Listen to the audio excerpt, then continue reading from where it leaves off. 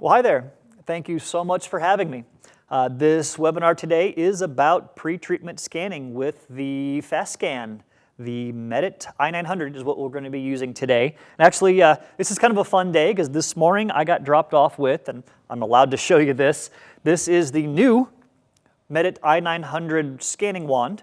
Now, those of you that have the i900 know that it does have the touch ring and the touch pad. This new i900, if you zoom in here, it actually says, only for my use, not for commercial use yet. But this, instead of a touchpad, there is no touch ring touchpad. It's simply press on and off. They've told me I am allowed to talk to you about it today, but I'm not allowed to sell it to you yet. So we'll get into that later. Let's talk about some basic things. So I'm going to go over a few cases today with you regarding pre-treatment scanning. We're not going to get into really any restorative elements or talking about tissue retraction or those kind of things. We're really just going to talk about basic principles of pre-treatment scanning and talk about some different reasons why we scan and when we scan, but also some tips and tricks I think that are really going to help you out. The big thing I like to talk about when I'm talking about scanning in general is that scanning doesn't necessarily take the place of analog dentistry. We still do analog dentistry to a point, and digital and analog dentistry have a bit of a dance, a bit of a marriage together, and so we're not completely abandoning the things that we used to know and adopting this brand new technology. We are simply combining the two together. Keep that in mind as I'm going to show you some of these things here coming up.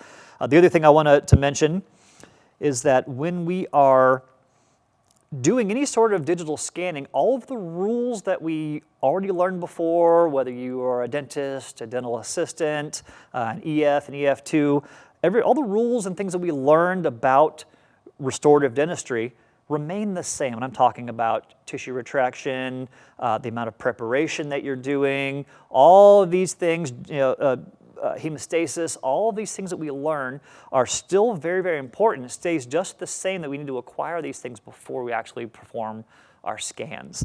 So keeping that in mind, here we go. Very first thing I want to talk to you about today are scanning pathways.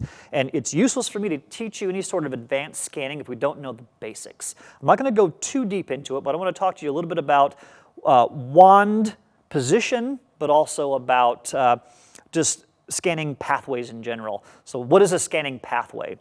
Every scanner has a built-in pathway or a direction that the scanner is supposed to go around the mouth in order to capture the scan and stitch the scans together. And here's the big thing, I'm going to say this a lot today, the scanner's got to know how to put one thing towards another thing, especially if we're doing multiple scans in pre-treatment stages where we're doing a maxillary scan for a prep, but also a maxillary scan for a provisional or for a pre-treatment status. It has to know how to put one thing together with the other thing, to mesh it, to stitch it is the digital term. And so by doing and keeping as true to your scanning pathways, the ways that these scanners were supposed to be used, the more accurate your data is going to stitch together. Keep in mind that I read a study a while back and it talks about the accuracy of scans versus analog impressions. And considering that by scanning we're not really dealing with impression material ripping or stretching or lab stone being poured up and chipping or expanding, contracting, these kind of things. Scanners actually have about a 6 micron plus or minus 2 microns of deviation in accuracy, whereas a physical impression has a lot of times between 12 and 15 microns, give or take 2 or 3 microns of deviation of accuracy. So by scanning correctly using proper pathways, we're actually providing a more accurate scan than scanning just haphazardly around the mouth. Let me tell you a little bit about that.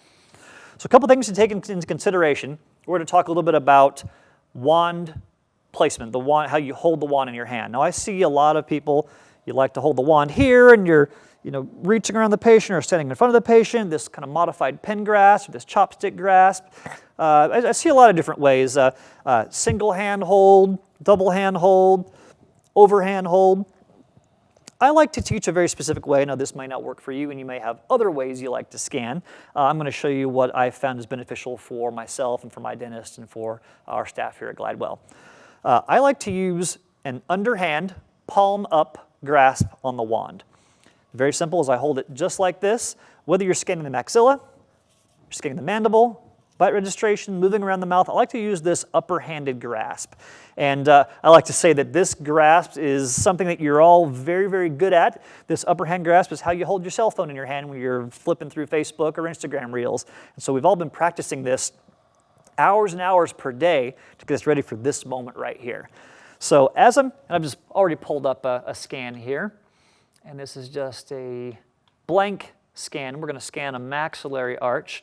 I've gone in, I haven't really put any data in here. I'm going to start my scan, and what I like to do is the scanning pathway for the MEDIT will start on the most posterior tooth in that arch. Now, if you're going to scan a full arch maxillary, it's very, very important that you also scan a full arch mandible.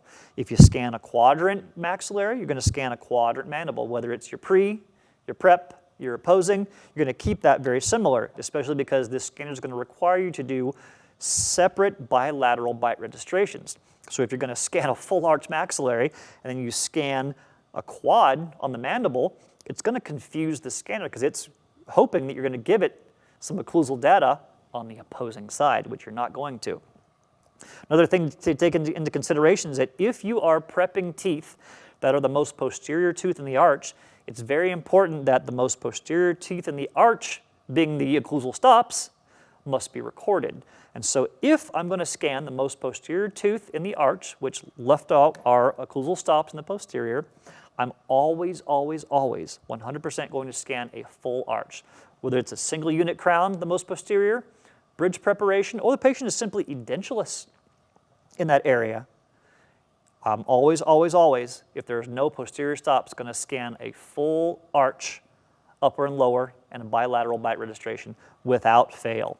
So that's one of the most important things I see. And one great thing about being a clinical entity inside a dental lab is that I'm that bridge between problems the lab has and problems that the dentist runs into. And we can be that middleman that says, well, this is why this happened to the lab, and to the dentist, this is how you fix this. And so one of the big things we get back is bite collapse, because most posterior tooth in the arch is either missing or prepped, and we're not completing a full arch scan and doing a bilateral bite registration. I'm going to get off my high horse about that, but I want you to keep that in mind. Our scanning pathways for maxilla or mandible, we're going to do maxilla right now, are as follows. I'm going to do a full arch for you here. We're going to start that scanner on the most posterior occlusal surface in that arch. Now you see I'm kind of waving around here. It is easier to scan inside a mouth because, of course, we have cheeks and tissue and all sorts of anatomical features and tongue that's going to keep the scanner straight and on point. I don't like to just scan with one hand. You can see I bring my other hand up as a guide hand. I might rest it on the patient's cheek or just on an arch. We all know what fulcrums are. We use them every day when we're working in dentistry. But I like to actually use my secondary hand as a guide hand, and that's going to keep me steady. You're going to keep that scanner as close as you can to the teeth. We're going to go from this posterior surface, occlusal surface, all the way up to those bicuspids. Once we get to the canine, we're going to go just a little bit lingual. And now we're not trying to get any sort of embrasure data right now. The reason why I go, and I'm going to stop the scan for just a second to show you something. The reason I like to go a little bit lingual on the anterior is because all scanners, no matter what scanner you have, they have an issue with getting very, very sharp incisal edge details. Or for instance, if you've ever scanned an onlay or very sharp margins inside an onlay box, or even sharp margins on a crown prep, you'll see that at times a very, very sharp, razor sharp margin or edge is very, very hard for the scanner to understand where the data is supposed to lie. So by moving, this is why these scan pathways are built in, by starting on the occlusal surfaces, flatter surfaces with more anatomy, it understands where this exists in space. As you move it up to this anterior area, it's really important we go lingual so we get more of this flat anatomical features and areas.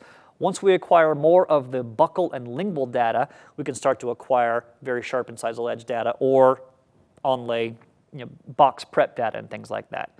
We're not going to go much into preparations or restorative dentistry today. I can always talk to you about restorative dentistry at another time if you like. But I'm going to continue with what we're doing here. So I have started on the most posterior tooth in the arch. I am moving the wand up the arch towards a little bit palatal or lingual in the anterior, and right back down the arch to the most posterior tooth. Once I get to that most posterior tooth in that arch, I'm going to bring that wand to the palatal or lingual. And you see how now as I'm scanning this data, you can see how it's coming into color here. And I'm going to do this, and you can see that the wand is pointing, on the maxilla at least, on this palatal data.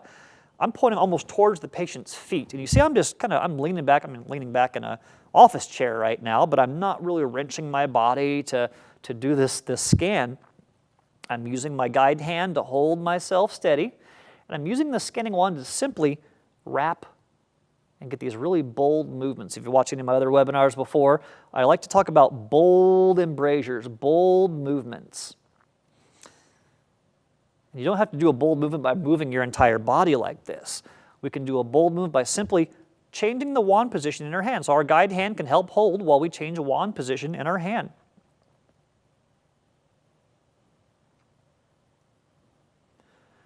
I'm going to scan all around. I'm going to do these nice rocking motions.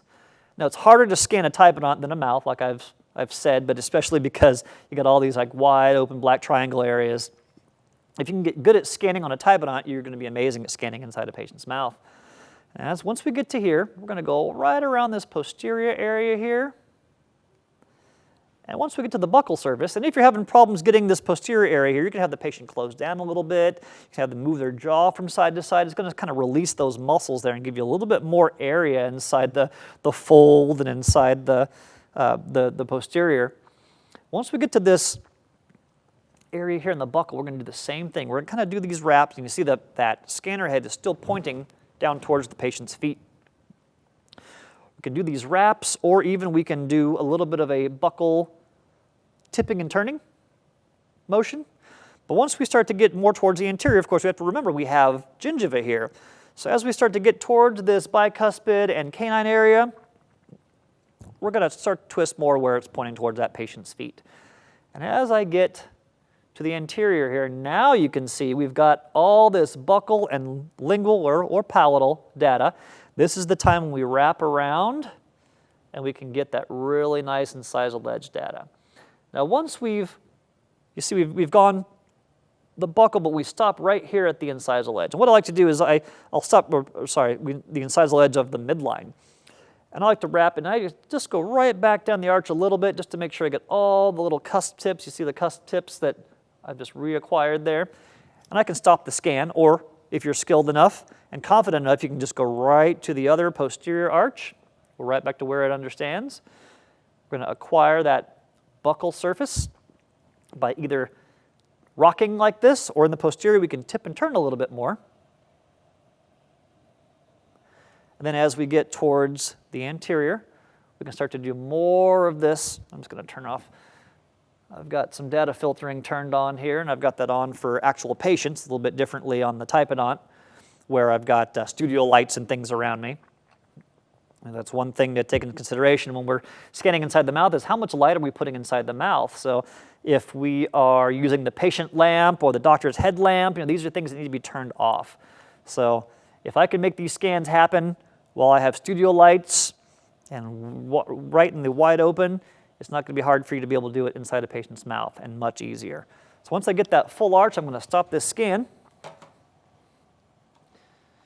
And you can see, as we look around here, the scanner is going to give you all these little arrows, and these arrows are just guides to what it thinks you might want to scan. And when you look at the scan, you can kind of see, zoom into here, you can see this is a reason why this arrow is pointing here. But there's other areas, maybe like this, where I'll move this over here so it's not on my picture-in-picture. This area here isn't so evident. And so when I look at that, I'm like, do I really need to scan that more or not? And so here's what I want you to do. On the very far right side here, we have these four icons. And one of these icons is like this glowing beach ball. And this beach ball is going to take us through different model displays. What I like to do, and this is going to help you out in your pre-treatment and your actual prep scans, is I like to use, I'm going to scroll through here, this is the model view, this is the actual model view, but since we're using a model, it looks the same. You can go to stone view, but we're going to go into here what's called reliability mapping. And you'll see everything just on the screen just turn this bright lime green. Anything you see on the screen that's not bright lime green means that the data isn't 100% what the scanner thinks it should be as far as the layering of the data. So that arrow that we had pointing here, all of a sudden we look in here, and we can see that this green data has become like a darker green or even a red sometimes. That means that there is less and less, and of course it's evident because you look in here, you can start to see the actual cloud points, the data points that have been laid in space versus the other areas where it's really nice and more smooth. So I like to use reliability mapping, and I'll go back from my actual scan color to my model display to stone model view or to reliability mapping. Now, a couple of our dental assistants here at Glidewell love to scan in reliability mapping using the screen because then they can see it. I don't. As an EF, I'm a little more in tune with the retraction, being able to see the margins. That there's a little bit more that I understand that I want to see and what I want to capture. Because it's my responsibility at this point to make sure that this scan comes out complete and that the restoration is fabricated precisely. So I like to, especially when I'm doing pre-treatment scans and preparation scans, restorative implant and whatnot, I really like to scan in color mode. I'll do a little bit of referencing in model mode if I like, but I'm always going to check my scan afterwards in this reliability mapping. So obviously this area here on the palate, I'm not worried about that. This areas here where the rim of the type, and I'm not real worried about that, but I do like to look at all the little points where it says I might need to scan over, like this, and I would add to it if I need to. So just some things to think about. Kind of similar thing is when I go to the mandible here, I'm going to be real careful about getting this scan pathway correct. Just going to optimize for a second. There we go. Start at the most posterior tooth in the arch.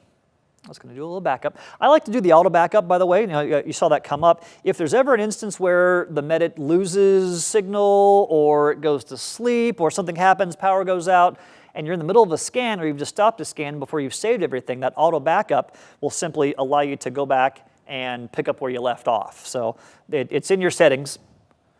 Down, actually lower left down underneath my picture-in-picture, but it's in the settings portion. You can press that and have it auto backup after every single scan when you move from one stage to the next or back and forth. Little tip of the day that wasn't really on the menu here. Okay, starting our scan on the mandible. I'm going to do this one a little faster here. We're going to start posterior, last tooth in the arch. I'm going to work our way around using my guide hand here, go a little bit lingual in the anterior. I'm scanning fast, but I'm trying to scan accurately. A lot of these scanner companies, they talk about how fast their scanner is and how fast you can acquire data, and that's fine. Fast is fine. My father used to say smooth is fast, and he's right. I believe that there are probably plenty of people that are faster scanners than I am, but I want to see how accurate your scanning is. I don't care really how fast you are. See how by really paying attention, and you can see I'm still just kind of leaning back in my office chair here. I'm not really wrenching my body around. I'm being really mindful to be ergonomic. I think that's the point here. But I am, just for the sake of what we're doing right now, I'm going to hurry up a bit because we have a lot to talk about today and limited amount of time. When I am scanning, I do like to scan gingiva as well. Always think about what you're scanning and why you're doing the scan. I see a lot of times we scan and maybe it's for a sports guard or something like that, and the lab comes back and says, you know what, we're going to need a little bit more of that gingival data. So there are, for implants, emergence profiles. We're going to get into other reasons why we want to acquire more gingival or palatal or even lingual data, because there are times when we're going to have a lot of data that needs to be stitched together, and we're going to need to know, we're going to need to explain that to the scanner digitally, how it's going to stitch everything together. We've done that mandibular scan there. Good enough to move on to our bite registration. Now the bite registration, I'm going to go through this because this is very important. That's going to lead us towards our actual pre-treatment scan instruction today. When I do a bite registration for a scan, I like to make sure that when the patient bites down, whatever bite you put them in, that they then press and compress down. And here's another thing I want you to really look at. If you look down here where my cursor is, there is in fact a left and a right bite registration. I had a doctor come to us at a symposium a while back, and he says to me, I'm having a lot of trouble. I took my bite, and I went to take the bite on the other side, and it's still telling me I need a bilateral bite. I'm so confused, I don't know what to do. And I said, well, are you switching from right side bite, first occlusion, they call it, to second occlusion, or left side bite? And he says, I didn't even see that down there. And he says, I think you just changed my life. So it's a lot of fun. Make sure, because other scanners like the Intraoral, for instance, you just simply take a bilateral bite registration or take a bite all the way around the arch, and that's that. You've got to really be careful because we are going to take 2 separate bite registrations, and when you download these scans, you'll notice that you have a maxillary, a mandibular, separate scans, pre-treatment scans if there are some, but you'll always have a first and second occlusion separate STL or PLY scans. So I like to use these. So first scan, and just how we look at it is the same way we look at it in the mouth. So this is your patient's, you're always your patient's left or right. So of course the one on the left would be the first occlusion or the patient's right. The one on the left would be the patient's left or my second occlusion. So press on the first occlusion.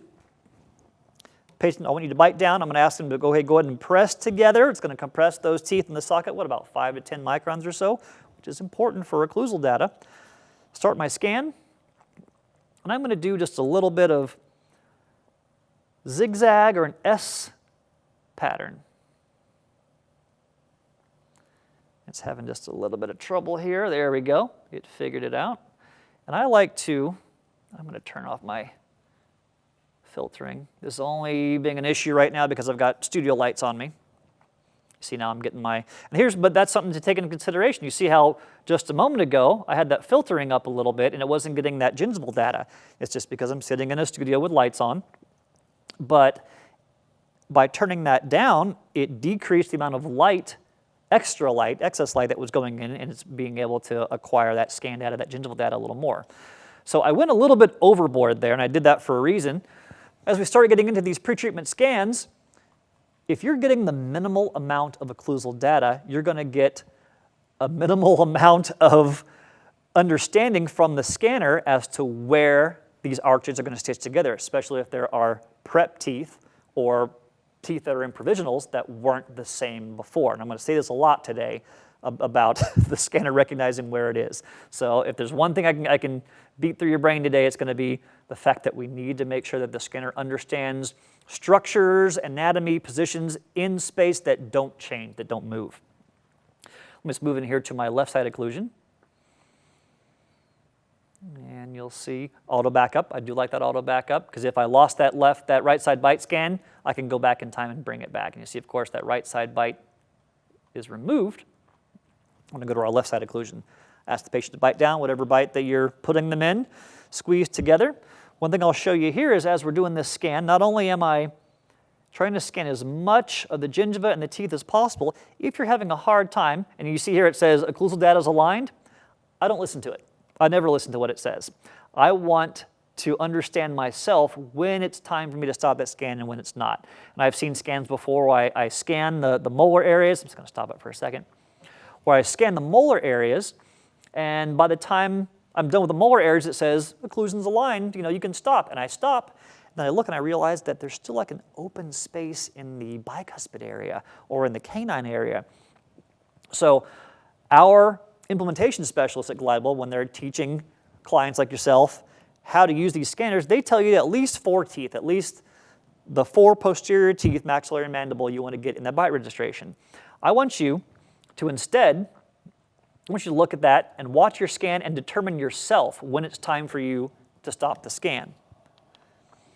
Another thing you can do here as I'm doing this scan, if you find that you're having a hard time getting that occlusal data aligned, I want you to take that scanner and I want you to turn it. I want you to look just up that occlusal table of the maxilla. And you'll be able to see, it's a little harder for me here because I've got the base of my model in the way, the base of my typodon in the way. But you'll be able to see right up that occlusal table and where those teeth are actually occluding together. And this is going to be a big help to you when you have an occlusion that you're having a hard time getting. You can take that scanner, you can look right up the nose of that occlusal table for lack of a better word. And that's going to help you get that occlusal data aligned up. There we go. Occlusal data is aligned.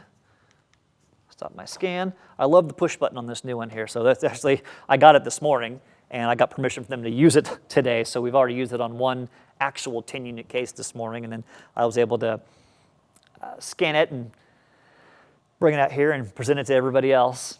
We're going to optimize this later. So that's our basic scan pathway, some information on occlusal data. And the reason I went really into detail with this is because if you don't have this down, you're not even going to get any further as we start getting into more advanced treatments.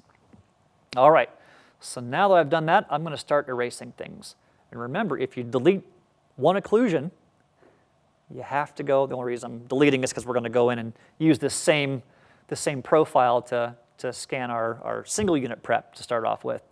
But remember, if you delete one occlusion, you have to go back because the other occlusion still exists here. You have to go back and you have to delete the other occlusion. So if you've got other occlusions still living here, we're going to delete that data. And let's keep the maxillary. I'm going to get rid of the mandible.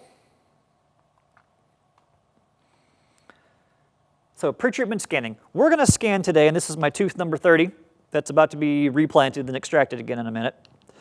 And for whatever reason, we want to make a biocopy or an exact copy of this tooth. Let's say that the patient has good occlusion. They had a root canal. Tooth feels good otherwise. They love how it feels. We don't want to change the anatomy of it. Maybe this patient has a sports guard, retainer, bleaching trays, any of these kind of snore devices. And the patient doesn't want to spend how much we've been charging them for a snore device to make a brand new one or to realign this old one. So we want to make an exact biocopy or an exact anatomical copy of the existing tooth. We had a case just the other day where one of our dentists had a patient with a partial denture, and there was an actual partial denture rest in one of the remaining molars. And so we were able to scan that as the pretreatment, as a biocopy, make the crown exactly how the original crown was. It was a Bruxer now crown, came right out of the mill with that scoop with those attachment areas so that that patient's lower partial denture could fit right in there with no problems. The patient walked out completely restored with their lower partial denture that they walked in with absolutely zero issues. So we go back to our screen here, the very top of our screen, right by our maxillary, mandibular, and our bite registration is our stage management. And do we have that on the screen there? I'm going to go to our stage management. There we go. We're going to open up stage management here. And I'm going to select the pre-op for the mandible. So press the pre-op for the mandible. Press OK. And now we've entered a pre-treatment mandible into the situation. So I'm going to press on this pre-treatment, and it's OK that I already scanned the opposing arch.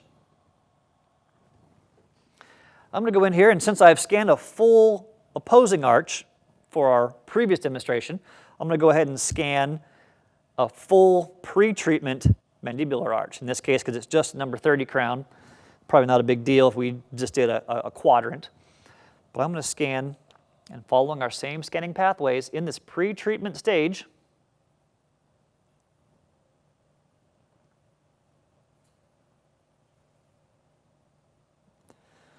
go all the way around just like we did before. Now, real important at this point that we're going to get this embrasure data.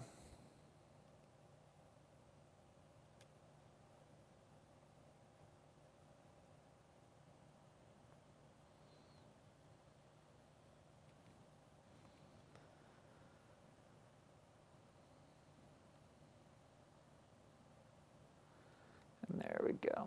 And now when we go over here to the buccal, this is really, really important. If we're going to allow the scanner to stitch up a pre-treatment scan and the prep scan, it needs to understand, like I said, where these scans exist in space. And so that's why I'm scanning a lot of the gingiva and the lingual areas and the embrasure areas, and really making sure that I get enough of this data. There we go, moving on to the other side, just to get that buccal data. And things to think about here, if I don't collect a lot of the lingual data here, do you think it's really going to cause an issue with my scan? Probably not. Buccal data I'm more concerned with because of our bite registration.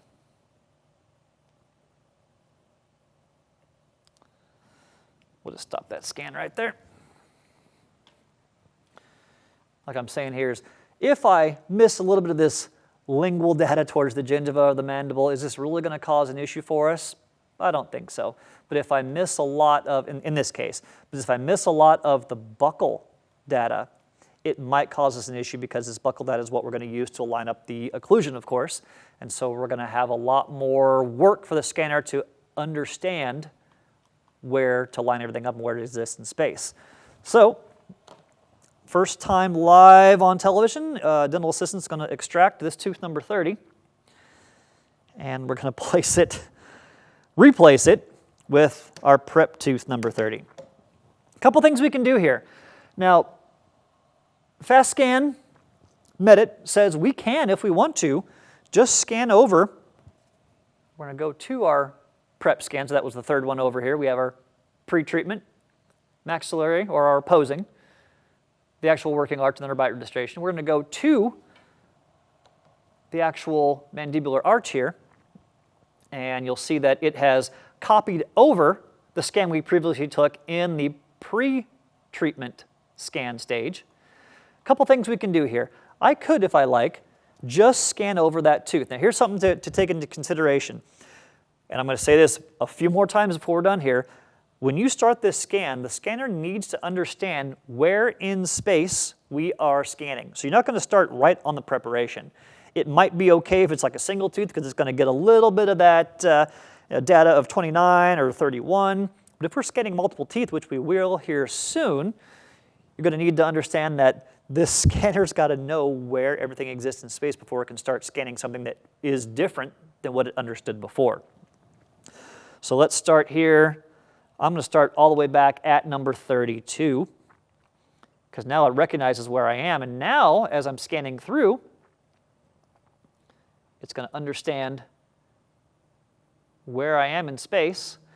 Now, the scanning pathway when you get to a preparation is you stop and you complete the scan of the actual preparation. It's not a deviation from the scan pathway. That's just simply the way it's built into it, because we want to get all of the data of your preparation while we still have good hemostasis, good tissue retraction before the tissue rebounds. Now, I don't often, I'm going to just move up here and scan a little bit more of the arch so it understands, once again, where to stitch this into place. I even like to go to the other side of the arch.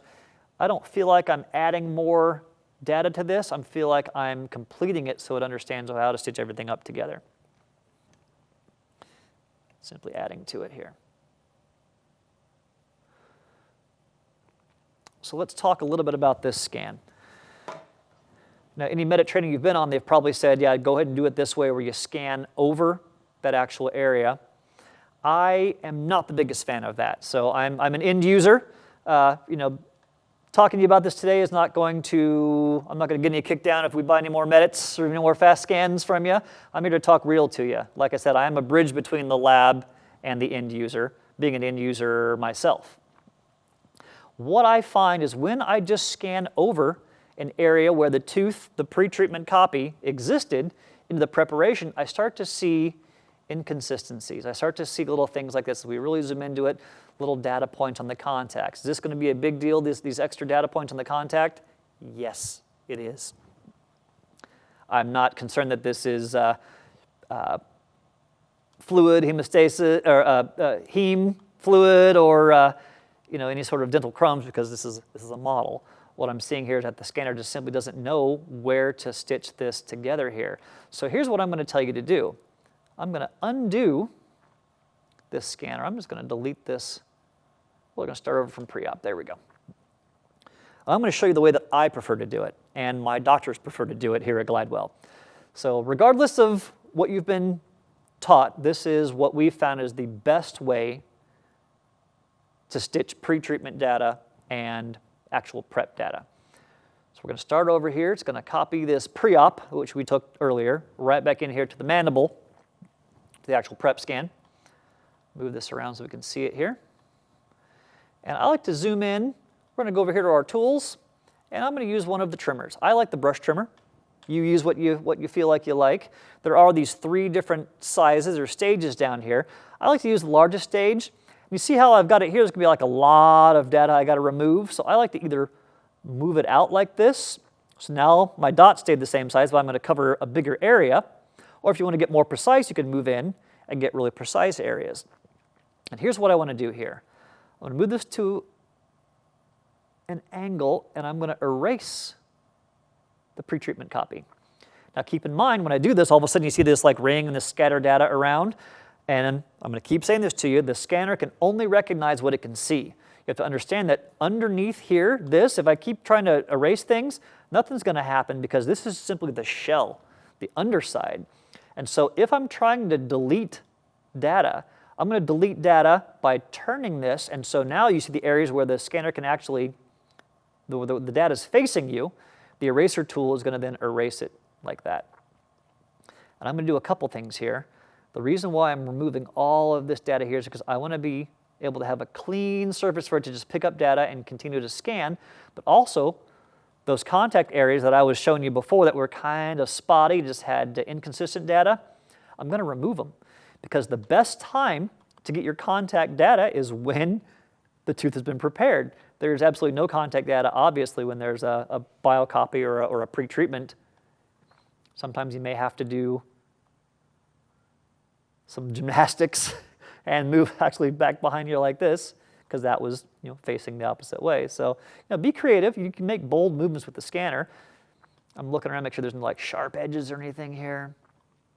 Sharp edges. When I'm talking about sharp edges like this, you can round them off a little bit. That's fine. You don't have to spend this much time on them. I'm actually just being picky because I'm just a little OCD. We can play with it like that. Now, we can pull this back out. Well, I'm trying to turn with my eraser tool, which is not really the most ideal thing to do. I'll go back here. I can unclick that tool.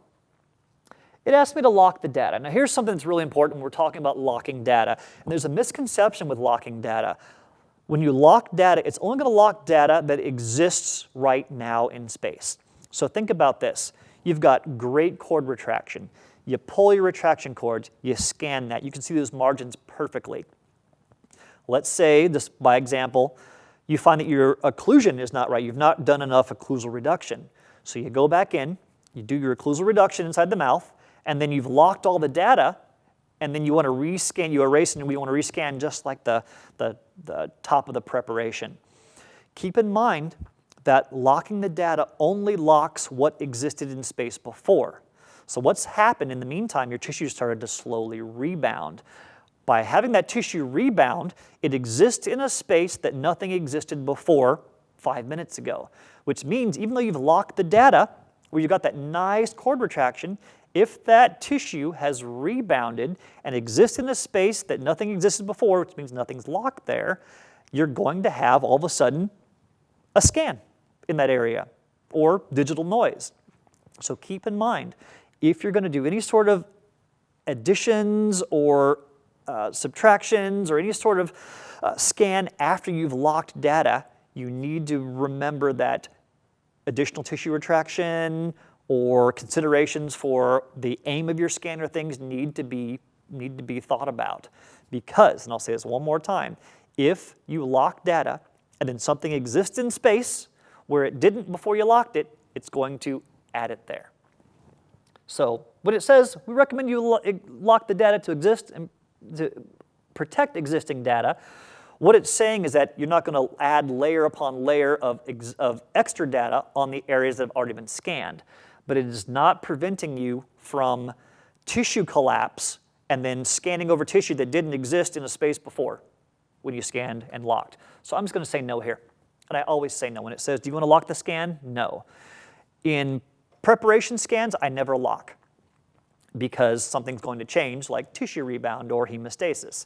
If it's an area where I'm scanning a full arch, a full arch maybe for an appliance, but I missed some embrasure areas, I'll go ahead and lock because I'll be able to scan just those embrasure areas and not something that's already been stabilized, knowing that nothing's going to change. All right, I'm going to get off my high horse about that. I've erased this data. Pick up the scanner. Now, I'm not going to start right on that tooth that's been prepped. I'm going to start somewhere where it recognizes. I'm going to start to move that scanner up, and I'm going to get all that really nice data of the scan. So I'm going to go lingual here, tipping and turning into those embrasure areas. Now, on this typodont, you'll notice that down there underneath where that scatter is, it's just because it's a typodont, and there's really no way I'm going to be able to get the scanner to aim that deeply. Get that really nice data here. I like to get the scan data for preparation in about 10 to 20 seconds. I call this my 10 to 20 second scan. And for save time here, I'm going to stop the scan. We're going to look at it. And you can see here, let me pull this in, you can see here that that contact area is so much better. And so even though Medit says, yes, you can, this is below the margin, I'm not worried about it there. Even though Medit says, yes, they recommend that you just scan over your biocopy, your pre-treatment. My recommendation to you is that you just erase what needs to be erased, contact areas and such, and you just start over in your prep scan stage. And it still saved the pre-treatment in the pre-treatment scan, and it's going to be a separate scan, but this is such a more clean way to do this. Having said that, and I can show you the bite registration here. We are going to do a bilateral bite. I'm spending a little more time on this because this is basic, but I'm going to go into a couple more challenging cases, and you'll see why we're paying a little bit more close attention to the occlusion. So I'm selecting my right side occlusion, and I'm making sure that I get a lot of gingival. That data filtering's on again. That's only because I'm sitting in the studio. I'm turning that down. You saw that on the lower there. And now I can get that. There you go. Get as much of that data as I think I need. Going to move over to my second occlusion.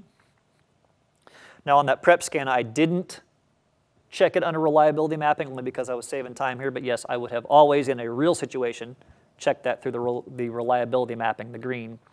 Moving this over to my left side bite, patient bite down, press into place. Of course, I'm only doing bilateral here because I took a full arch. If I just did a quadrant for a number 30, I want you to see actually right there. I'm going to stop this scan. I'm going to erase that because this is a perfect example. Optimize later. And watch the third molars here. I started scanning and it said the occlusal data was aligned, and then right after it said that, it locked number 1, what was that? That was my left side, sorry. Number 17 and, or 16, 17, it kind of locked them together again.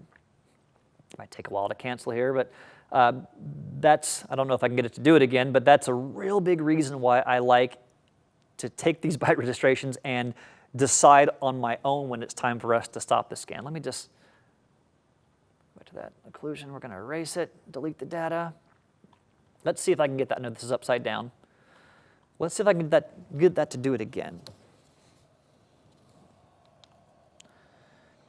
Watch that 16, 17 area here. You see how it just kind of moved right there?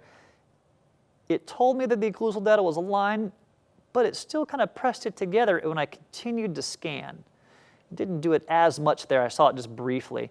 But this is what the point I'm trying to make here is that when you're scanning occlusal data, you determine when it's time for you to stop that scan. Don't let pop-ups or the scanner determine for you. You went to dental school, you went to EF school for a reason, and that was to make your own decisions regarding what you think is the best thing to do for this patient. And so adhere to that. It's okay. All right. Let's move on. So I'm going to exit this program without saving. I'm not saving this. I'm going to move this typodont out of the way. Now I'm going to do something that I really don't recommend people to do, and that's to practice holding the typodont in your hand, but for the sake of these models and things, I don't actually have a typodont mount, so I'm going to do this without actually holding it back or laying the patient back as it would typically be. So I know your patient can't move their head around in the hand. While this is closing, I'm going to kind of, and we're going to do a little close up here. So this is just a 7, 8, 9, 10 crown preparation. And as we're getting into more and more teeth that are prepared, here's some things to think about. So we've ordered biotemps from Glidewell. I know there's a little bit of blue wax in it. That's what that grayness is. But we've ordered these really nice biotemps from Glidewell. And we place these biotemps on. The patient says, oh, I love this. This is what I want the finals to look like. But this is after the treatment. So we've already scanned mandibular. We've scanned the preps. We're done. The patient says, oh, man, I really like these. I wish this is what the finals would look like. So what do we do in analog dentistry? We would take an impression of it and probably pull the temps off, but we'd take an impression of it, and we'd send it to the lab, and we'd tell the lab, please exactly copy or use this as a template for the final restorations. So doing digital dentistry, we can do a number of things like this. What if we've already closed the scan and the patient calls us and says, hey, I really love what the temporaries look like. Can we make them look like this? We bring the patient back in, and we could just open up a separate scan, right? And we could just scan the maxilla with these on and send it to the lab as an extra scan, and that's great. What's great about the Medit here is that at any point, I could open up the existing scan that I took a week ago, 2 weeks ago, a month ago, and we can add to it. Once the Medit decides to close here, we're going to do exactly that. So in this situation, the reason it's taken a little bit longer to close is because I've actually put a lot of scan data into that single unit crown, so it's going to take a minute for it to think about it. But in this case, I've already scanned in a separate, here we go, in a separate case. There we are. Let it open for a minute. I'm going to get right to this. So I've already pre-scanned the mandible in here, so we're ready to go. Sometimes when I use these cases over and over again and just erase things, it still keeps the scan data as sort of a, they call it like a ghost file. And so if I don't completely open up a new case, it's going to sometimes take a little bit longer to process because, you know, we are working these off of laptops. So I'm going to go to my maxillary scan. This is my prep scan. I haven't even selected pretreatment here at this point. We're just going through the motions. We're just going to do this and send it to the lab, and that's that. Now I've scanned full arch mandible, which means I'm going to scan full arch maxilla. Start my maxillary scan, and whatever your tissue retraction hemostasis protocol is, you go for it. We're not going to talk much about that today because that's not our subject.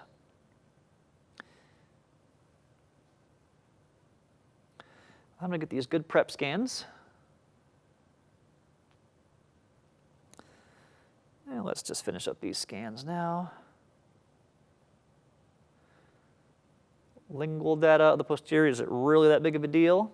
Maybe not. But what is going to be a big deal is our buccal scan data.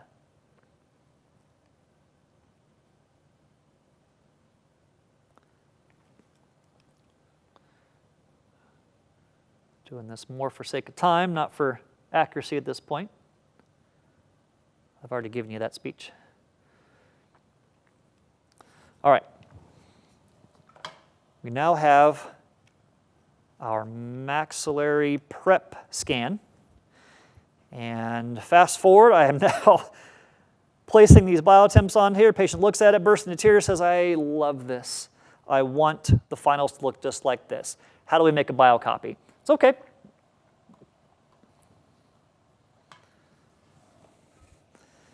I'm going to rewind just a second because I didn't take our bite registrations. What's neat about this too is we can record, and I like to record the bite registration. If we're doing pre-treatment scans, I like to record the bite registration in the pre-treatment stage because the patient's most true bite is in fact the one they walked in with, unless you or your doctor is going to do any sort of change in the patient's vertical dimension. Okay, well, our second occlusion, also known as the left side occlusion. You saw that right there, how that occlusion popped into place. So I'm being real careful. And now, there we go. I'll go right up to the preps. It's really not going to matter. Getting the preps involved in there. We're going to optimize this later. I've got left and right bites. Patients looked at the temporaries, they love it. So I'm like, okay, let's copy that for you. So I'm going to go right in here, right on the top here in the stage management. And we're going to add the pre-op for the maxilla. I'm going to press OK.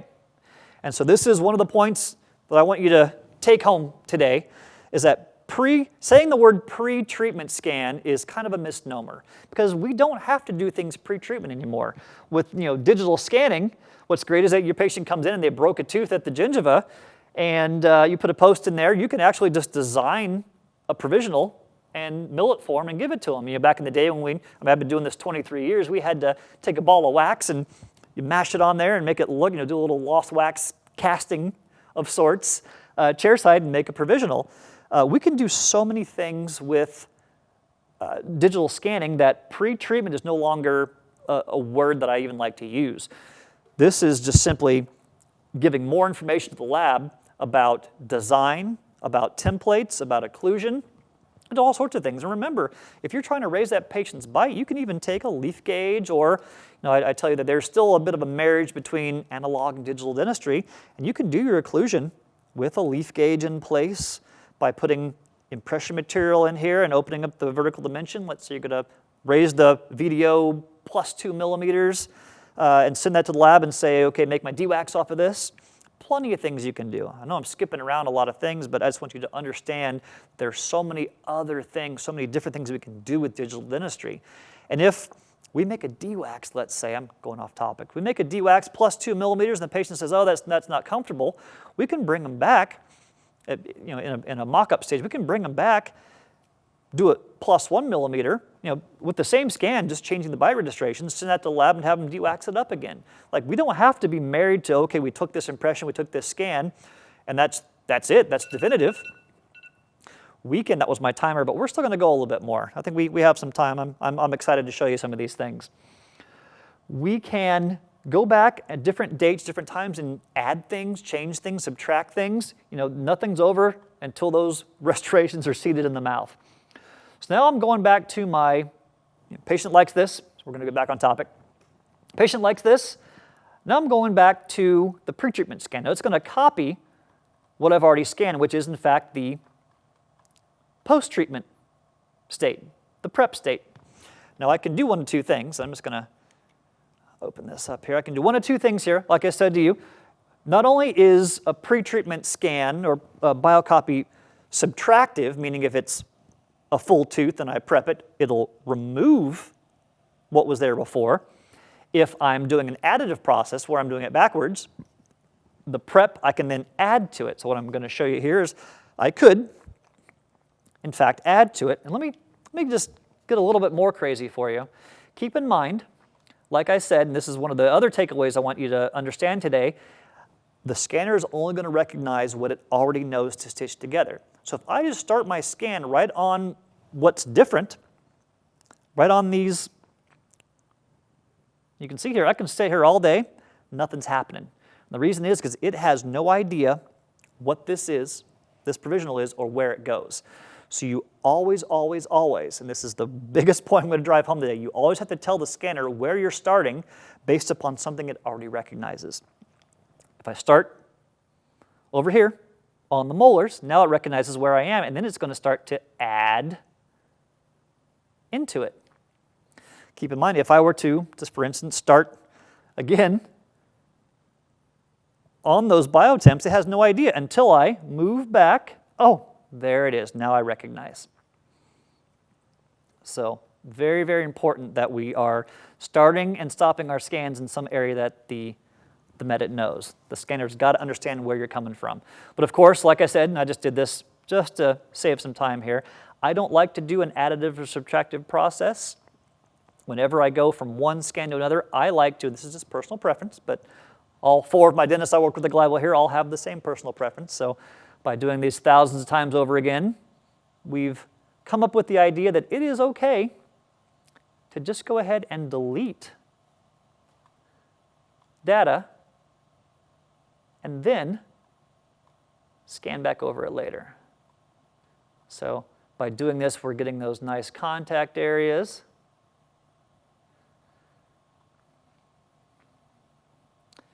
Now here, do I really need to delete all the stuff in space over here? Doesn't matter. Now I can start over. I'm going to press the trimmer again. And I want to do this a little more cleanly now. So now I can start the scan. And now, see that I've started somewhere where it recognizes, I can then scan in this really nice biocopy. I'll call it a biocopy because we're going to stop saying, we're going to get the word pre-treatment out of dentistry, I think.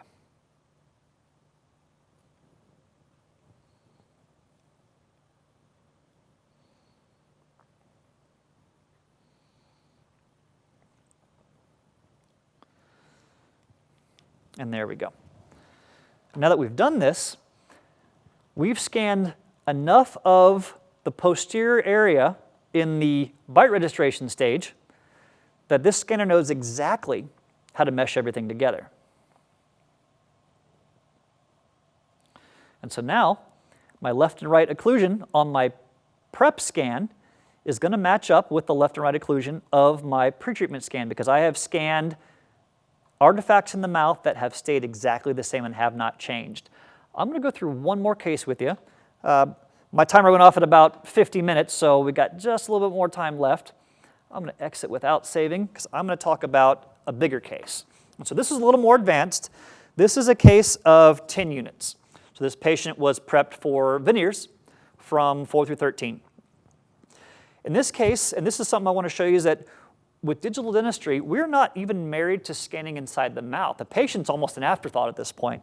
So what we're going to do is, before this patient came into the office, and we had this really nice diagnostic wax model, and we made a putty stent, and we tried it in on the mouth, and the patient says, that's exactly what I want to see. And so we said, okay, we can acquiesce that. Let's use this 10-unit case.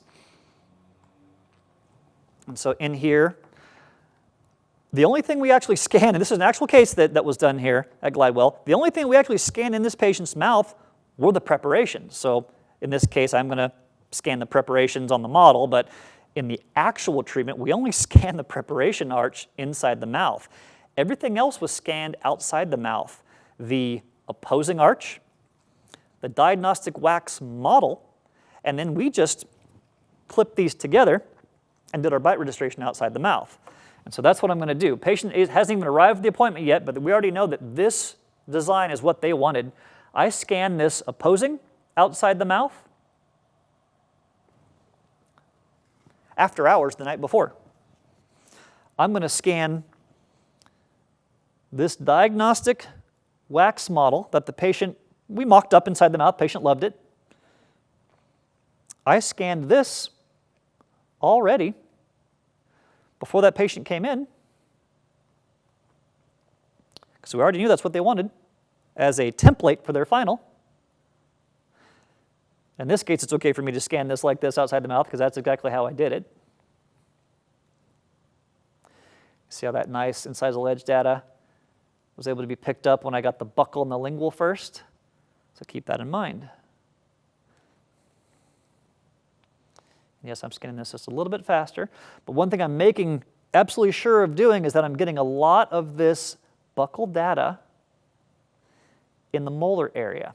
This is important because there are only very few areas in the mouth where we haven't changed anything. Now this is a 10-unit case, and so when I mesh these together, the only thing that hasn't changed in this mouth is in fact the molar area. Molars on this side, first and second molars on this side. Everything else has something that's a little bit slightly different. And so when I go to this bite registration,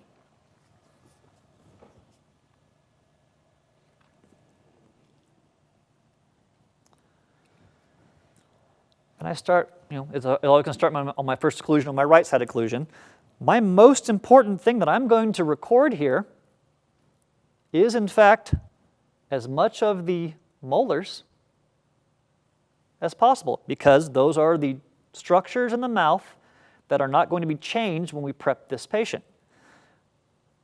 Now, you can think of things like this. We can try to get a little bit of this occlusal data in the embrasures, and maybe if they have any sort of anatomical, bony exostosis or any kind of features inside the mouth that might be a reference point for occlusion, because you can stitch these together manually later, which we won't really get into today, but you can do scan guiding, or you can do manual adjustment or manual stitching of the bite registration.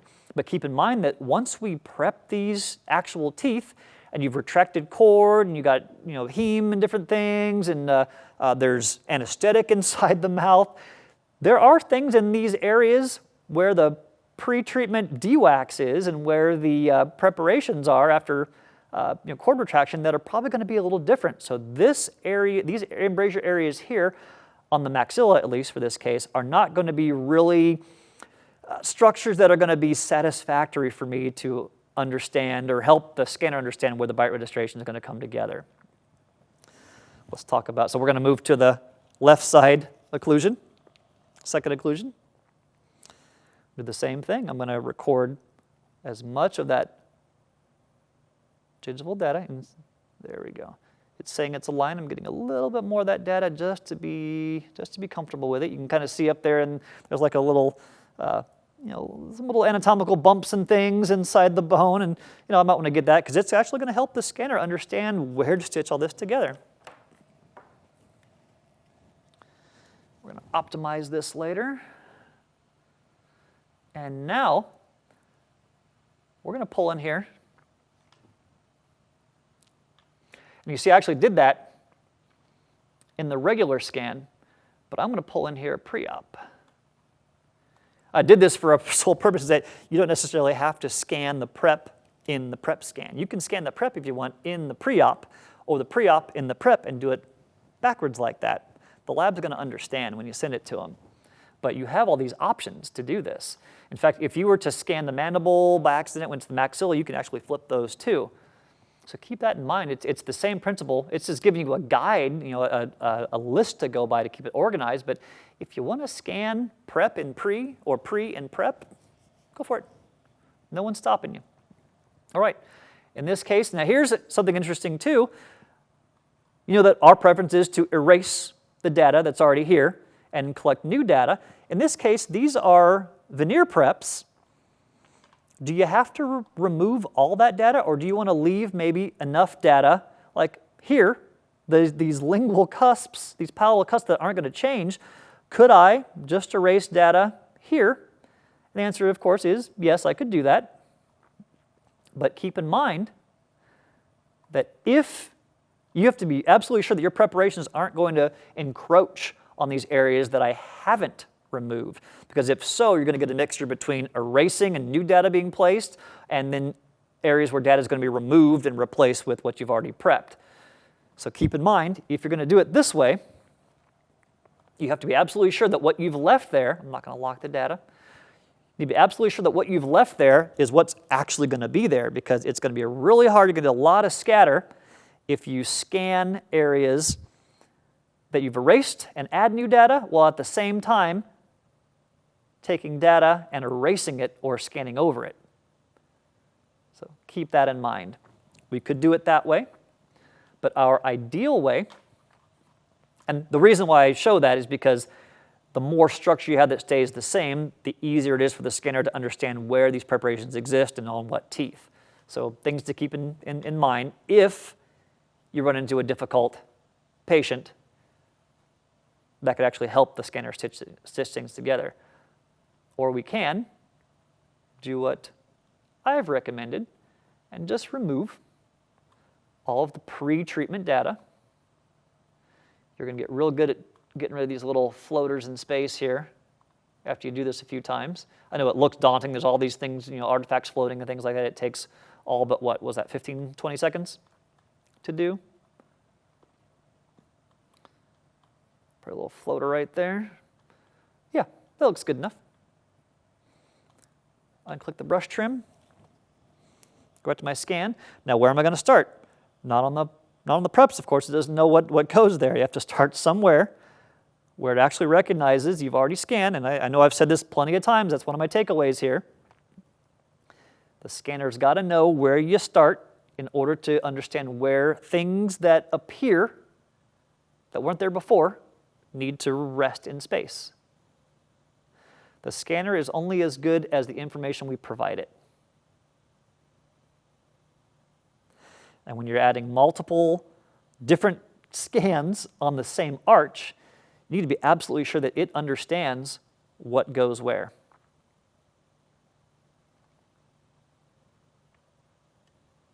You can run into cases like that where you might prep every single tooth in the arch.